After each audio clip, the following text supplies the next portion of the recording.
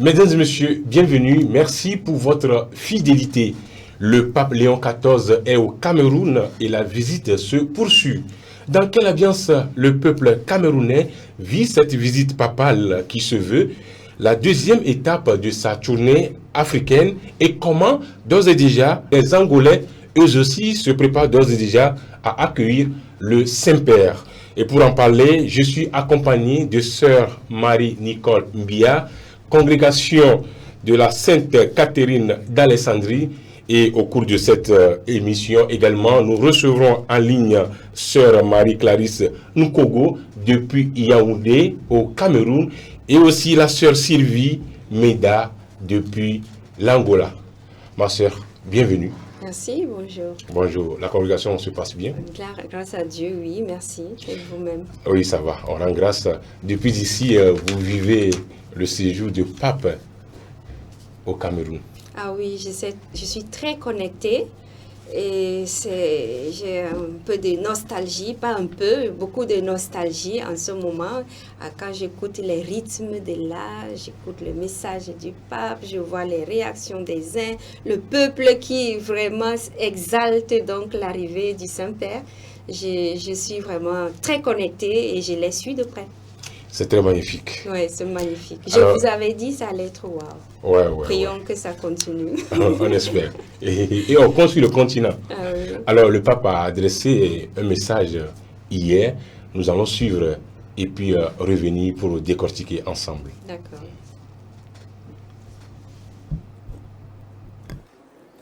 Il y a 1600 ans, Saint Augustin écrivait des mots d'une grande actualité.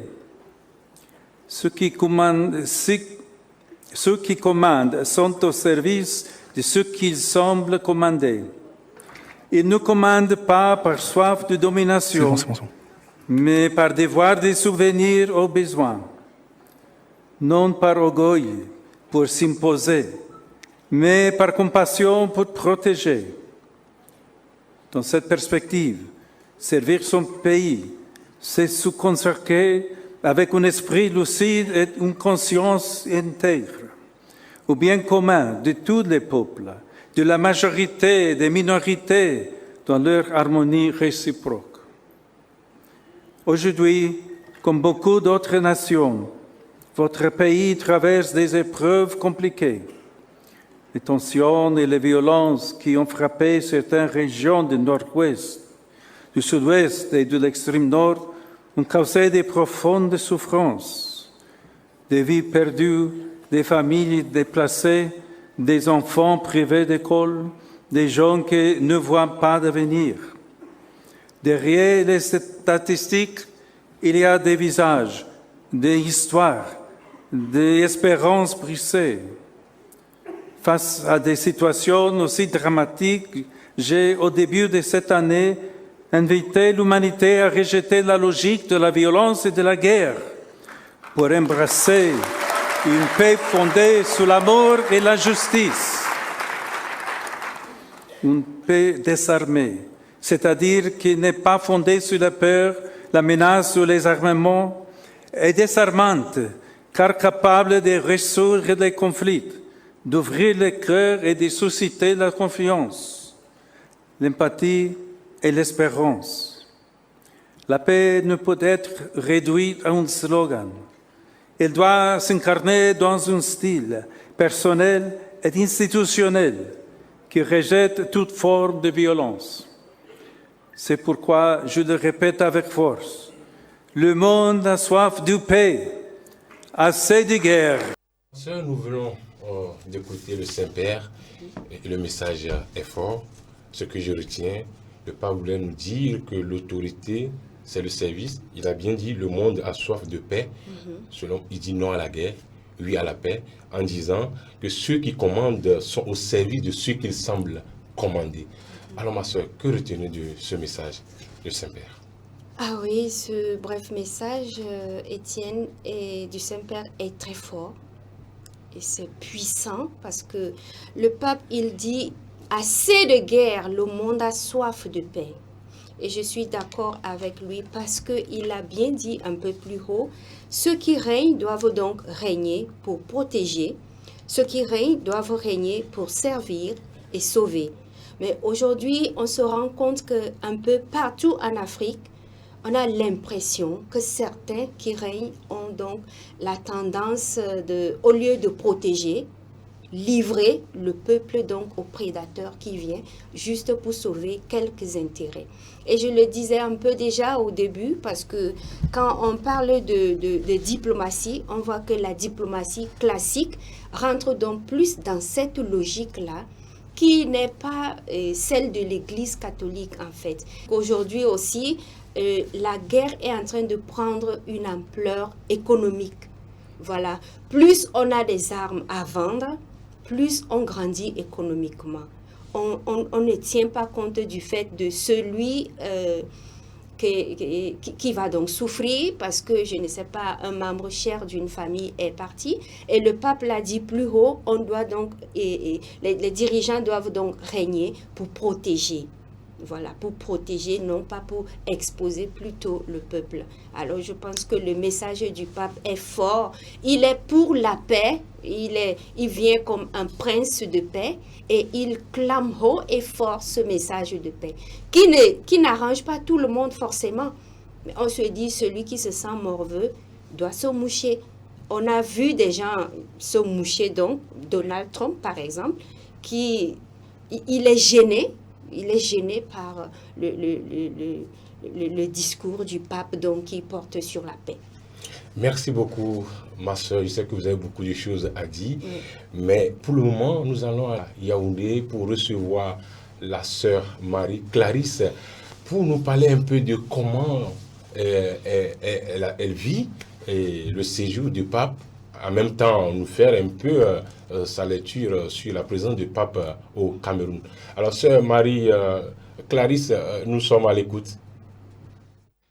Alors, je vous dis merci pour la possibilité que vous me donnez de vous parler de la visite actuelle du pape Léon XIV au Cameroun.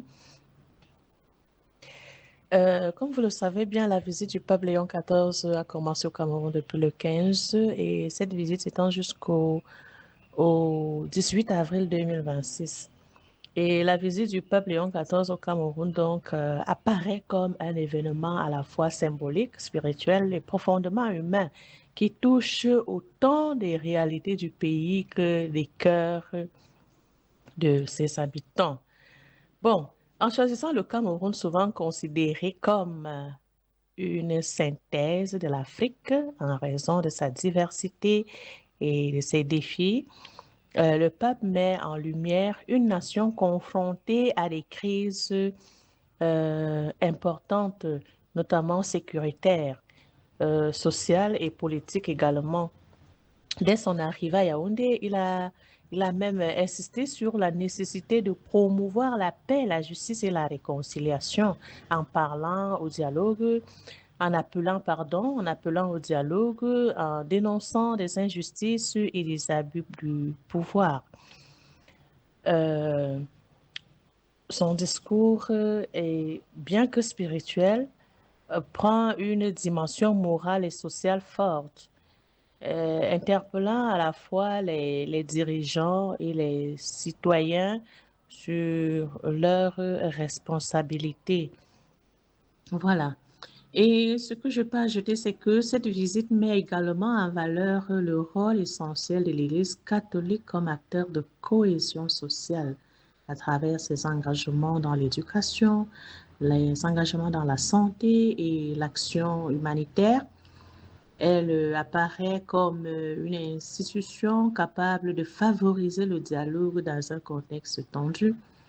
Donc, le déplacement du pape, nous l'avons vu également à Bamenda, constitue à cet effet un geste fort en direction des populations touchées par les conflits. Ah oui, montrant une volonté d'être proche des réalités de souffrance.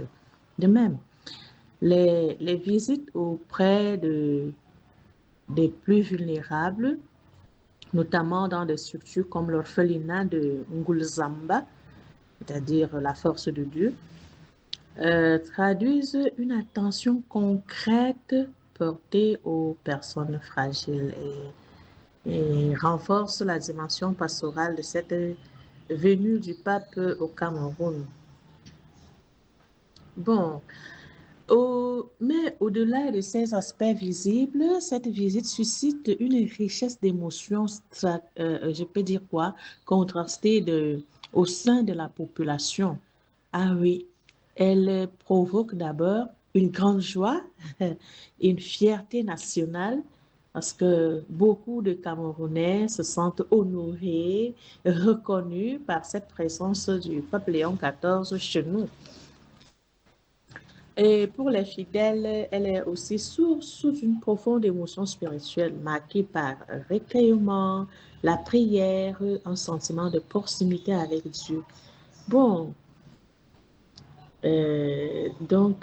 jusque-là, c'est ce que je peux dire de cette visite du pape. Enfin, ce que je peux encore souligner, c'est que cette visite dépasse même le cadre national et s'inscrit dans une dynamique plus large, confirmant la place croissante de l'Afrique, de l'Église catholique au niveau mondial. Bon, toutefois, pour finir, il est quand même important de reconnaître que malgré la portée symbolique et émotionnelle de cette visite, une telle visite peut à elle seule transformer les réalités profondes du pays. Et là, nous souhaitons que tous les Camerounais soient avec des cœurs ouverts pour pouvoir accueillir tous ces messages du pape, le passage du pape au Cameroun, pour que chacun soit capable à son niveau de mettre la main dans la pâte pour contribuer pour la construction de la paix au Cameroun, la réconciliation, la justice.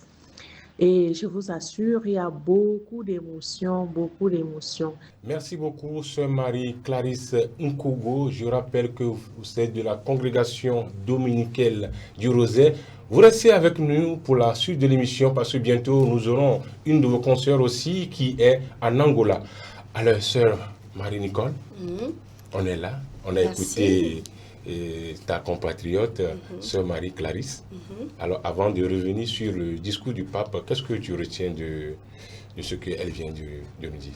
D'accord, merci bien Étienne. Je suis contente. La sœur Marie-Clarisse est donc ma sœur aînée de la congrégation des Dominicaines du Rosaire.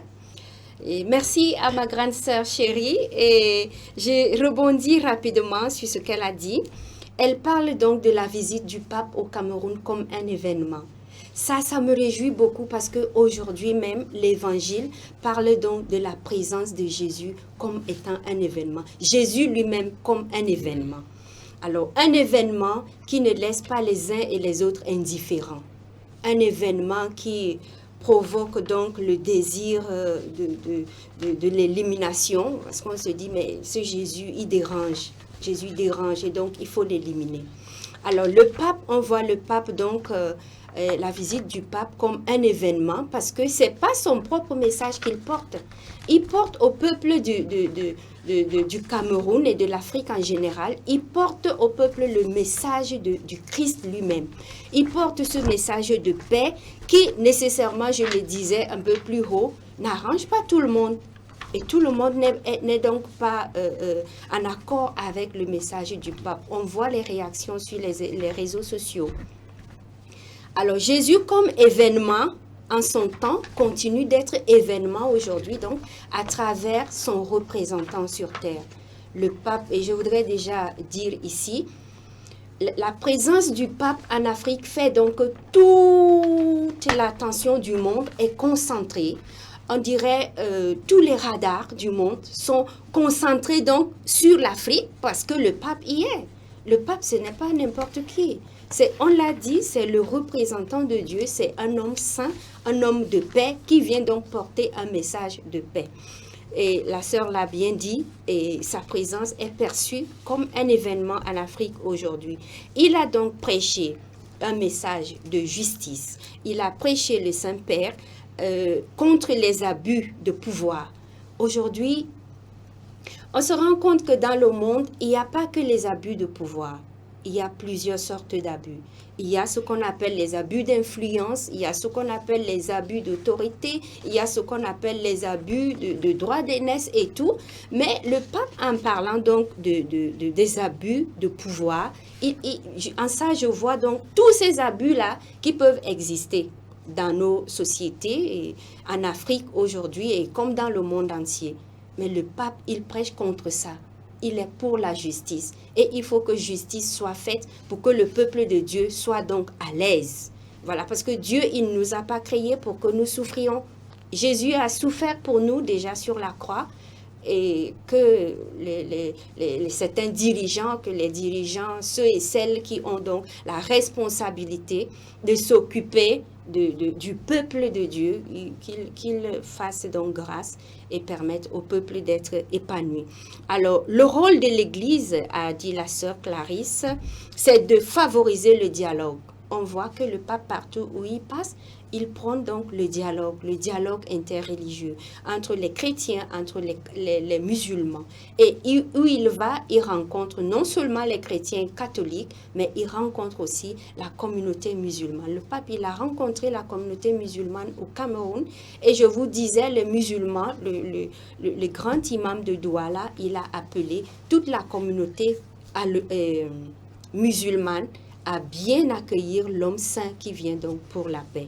Alors, je m'en vais donc conclure un peu mon propos en disant, le pape, il fait la diplomatie de la proximité, la diplomatie de l'attention à ceux dont il a la charge en tant que représentant de Dieu. Voilà ce que je peux dire pour le moment et j'aurai encore des idées, je rebondirai. Merci beaucoup, sœur Nicole. Alors, on a senti un peu d'émotion dans la voix de sœur Marie-Clarisse. Tu n'as pas remarqué? Si, je l'ai remarqué parce que je la comprends. Moi-même, j'en vis autant. Parce que c'est très émouvant de voir comment le peuple accueille et acclame l'homme de Dieu. Moi, je vous disais au début, je suis connectée, spirituellement très connectée, parce que tout ce qui se vit là-bas, je le vis ici directement. Je reviens un peu sur l'image d'hier à Bamenda. Là, il y a une religieuse qui a prononcé un discours qui m'a vraiment touchée. Et moi, j'ai lu sur le visage du Saint-Père et le fait qu'il soit donc touché du témoignage que la sœur a donné par rapport au terrorisme qu'elles ont subi, sa consoeur et elle.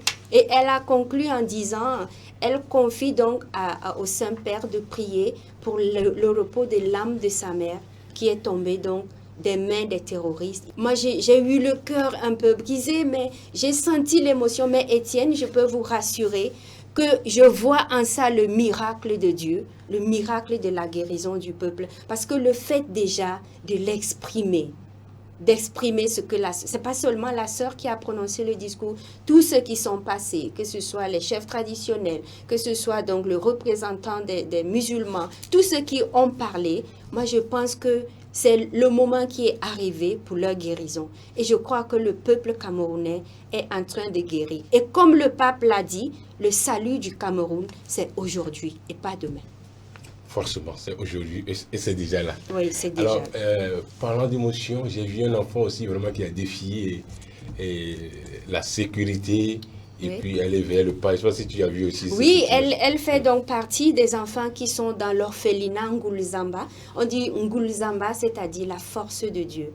La petite, quand le pape s'est rendu à l'orphelinat pour sa visite, la petite en question était parmi les 3 enfants qui ont donc présenté, je ne sais pas, c'était un poème, une sorte de poème pour le Saint-Père.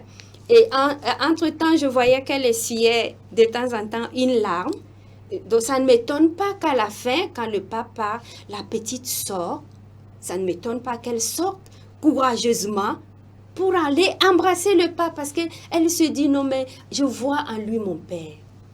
Je vois en lui mon père, un homme de paix. Et on peut comprendre que cette petite-là, elle est pure, elle est innocente. Mais qu'est-ce qui peut l'attirer ? Si ce n'est pas la pureté de cœur, la bonté avec laquelle le Saint-Père vient donc à l'exemple du Christ pour rencontrer le peuple.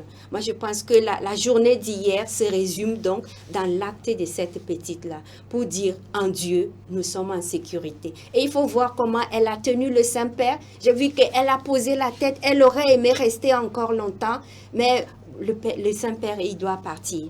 Mais il lui a accordé l'attention de faire la photo. C'est un grand souvenir. Non seulement pour elle, mais pour tout le pays et pour l'Afrique. Justement.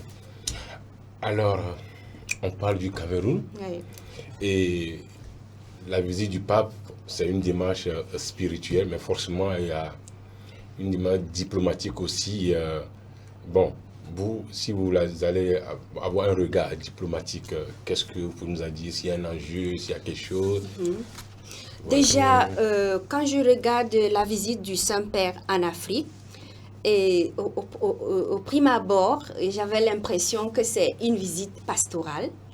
Mais je me suis rendu compte avec son discours d'hier à Bamenda que la visite du Saint-Père regorgeait donc des enjeux que moi j'ai essayé d'énumérer. Et ici, j'ai vu l'enjeu de paix. Voilà, donc il y a la visite du pape Léon XIV en Afrique ne se limite pas à un simple déplacement pastoral.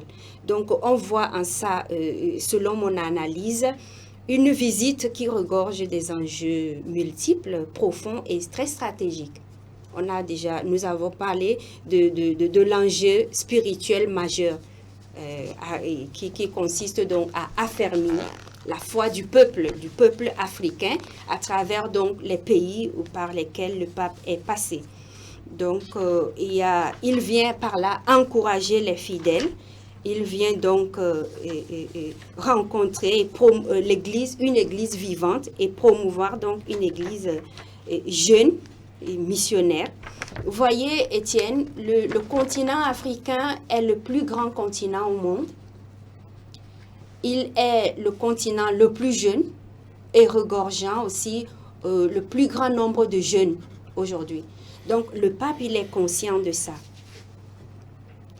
Et il sait que l'avenir du catholicisme se joue en partie en Afrique et au Cameroun en particulier, avec ce que nous avons vécu hier.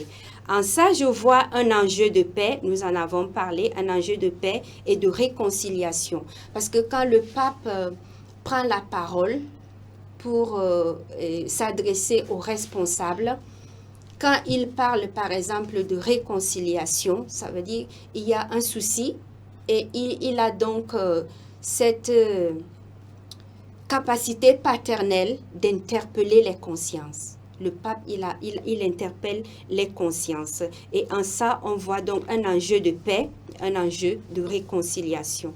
Et moi, je pense que le messager de paix, le médiateur moral, a une voix donc qui appelle au dialogue et au pardon.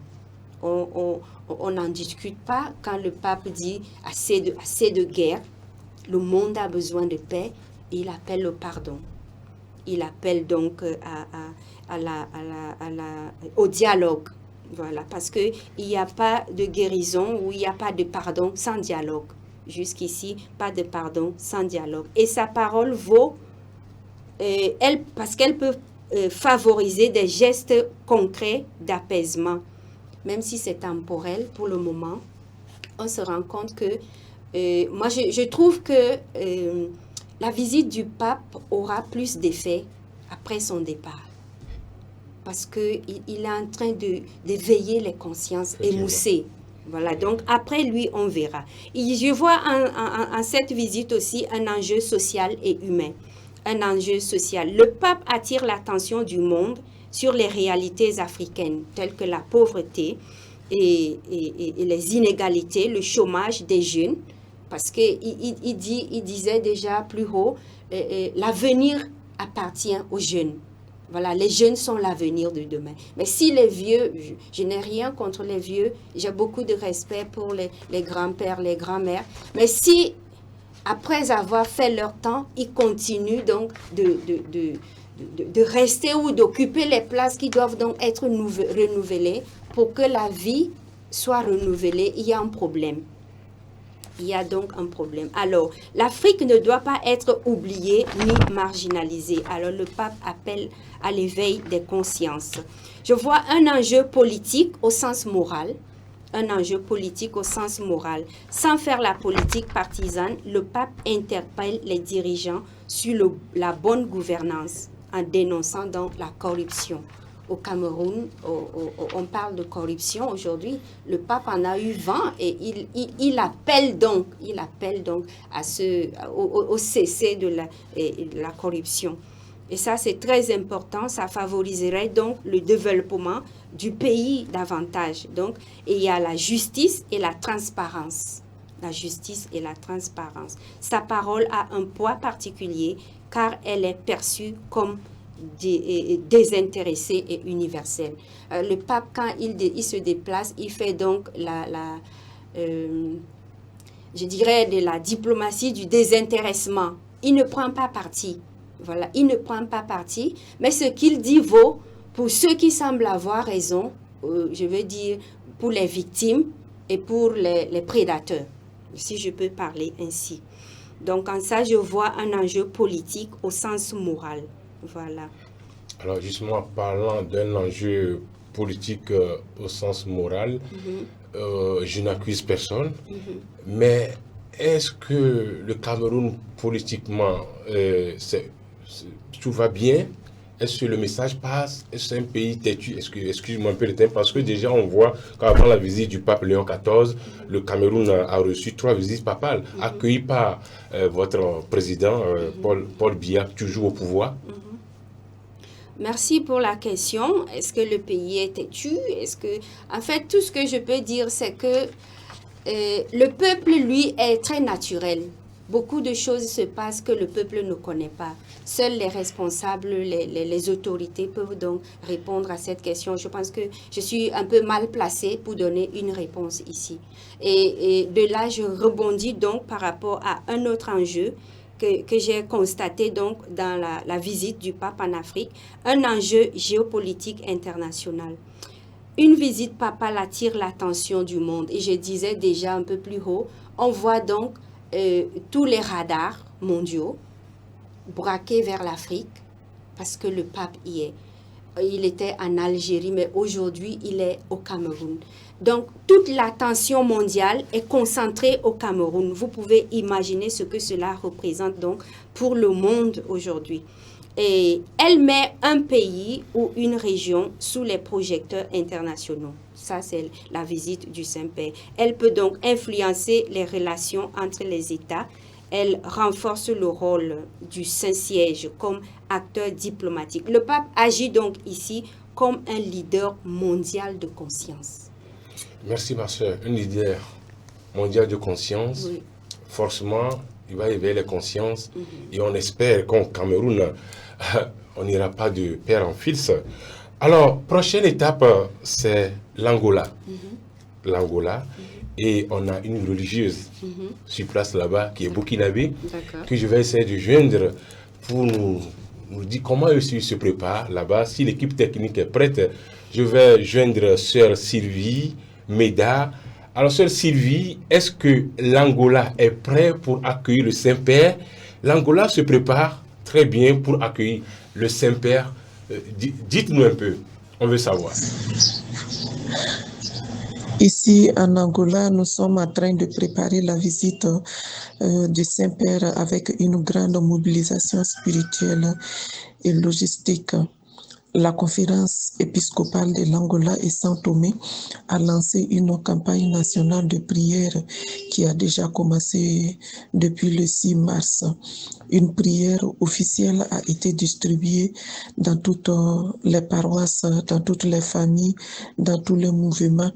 Et l'objectif de cette prière est de préparer vraiment le cœur des Angolais à recevoir le pape et demander à Dieu de fortifier notre foi et promouvoir l'unité. Alors, sœur Sylvie, vous êtes burkinabé vivant en Angola. Là, vous parlez au nom des Angolais.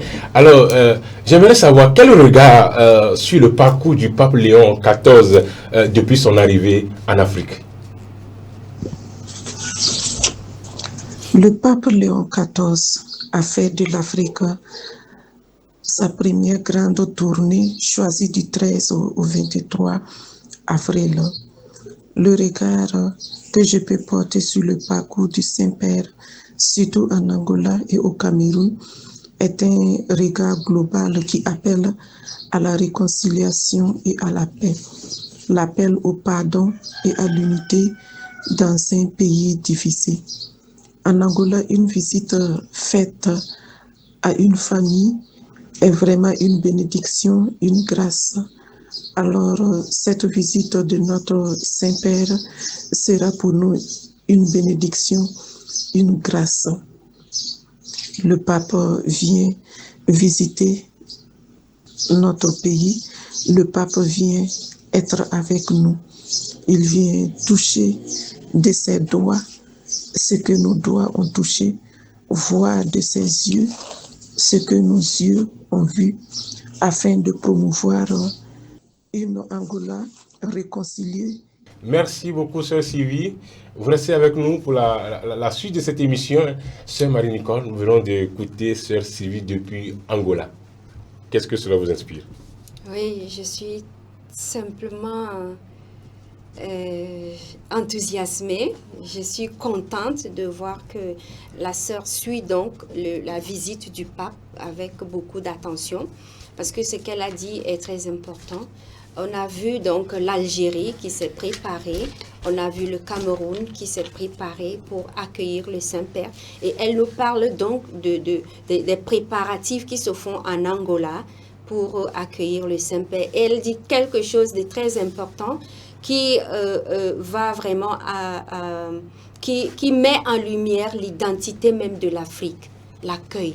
Voilà, l'accueil d'un étranger qui est pour la famille qui accueille une bénédiction. Et elle dit pour les Angolais, accueillir un étranger, c'est une bénédiction. Donc pour eux, accueillir le Saint-Père, ce ne peut être qu'une bénédiction. Et c'est l'une des identités authentiques de l'Afrique, l'accueil de l'étranger. L'accueil de l'étranger, on reste le berceau de l'humanité. Ouais. Alors la sœur, on tend vers la fin. Il y a un mois particulier. Oui, si je dois dire quelque chose en particulier, je le dis aux jeunes. Pas seulement aux jeunes Camerounais. J'aime beaucoup la jeunesse parce que je suis jeune et je voudrais que la jeunesse sache vraiment qu'elle occupe donc une place très importante en Afrique et dans l'Église. Voilà. Et le Saint-Père l'a dit un peu plus haut, l'avenir de l'Église, c'est en Afrique.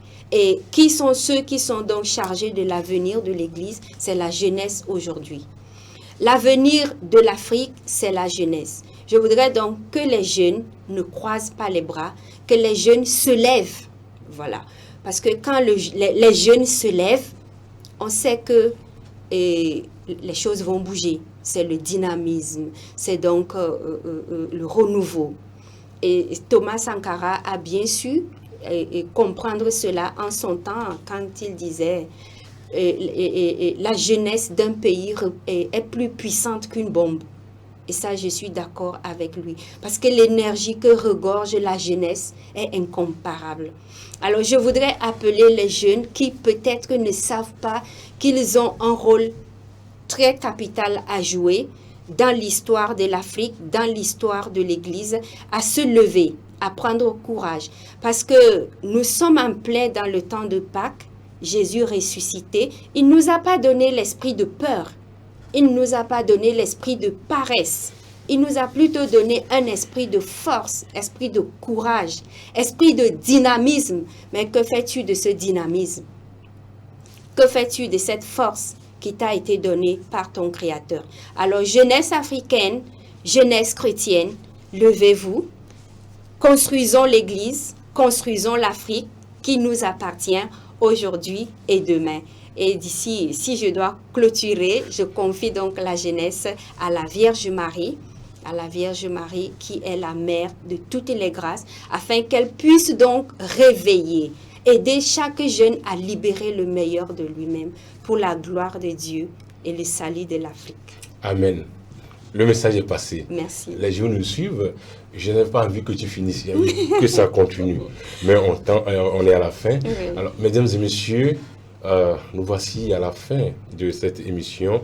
Je profite de l'occasion pour dire merci à sœur Marie-Nicole Mbia, sœur de la congrégation de la Sainte Catherine d'Alexandrie. Je rappelle également que vous faites partie de la rédaction de TV Maria. Oui. Merci. Merci également à sœur Marie-Clarisse Nkogo depuis Yaoundé. Ma sœur, merci beaucoup. Et bonne suite à vous, parce que le pape est toujours là avec vous. Et on vous suit de près et on reste unis de prière avec vous. Et merci également à la sœur Sylvie Meda depuis l'Angola. Je sais que vous êtes impatient, mais il sera là chez vous bientôt. Alors, ainsi s'achève cette émission. On se revoit la prochaine pour encore parler du Saint-Père, parce qu'il est toujours en Afrique et on reçoit les bénédictions. Alors, on se revoit à la prochaine. Merci à vous aussi, Étienne. Merci à vous pour la présentation. Merci aux techniciens qui nous accompagnent chaque jour. Merci. À TV Maria, nous disons merci à chacun. Merci à vous les techniciens. Merci, merci. Vous êtes toujours là derrière et c'est eux qui font vraiment la magie. Ah oui, merci. à l'équipe, même à la direction qui se déplace des fois pour appuyer. On remercie tout le monde. Voilà. On se retrouve à la prochaine. Dieu vous bénisse. Amen.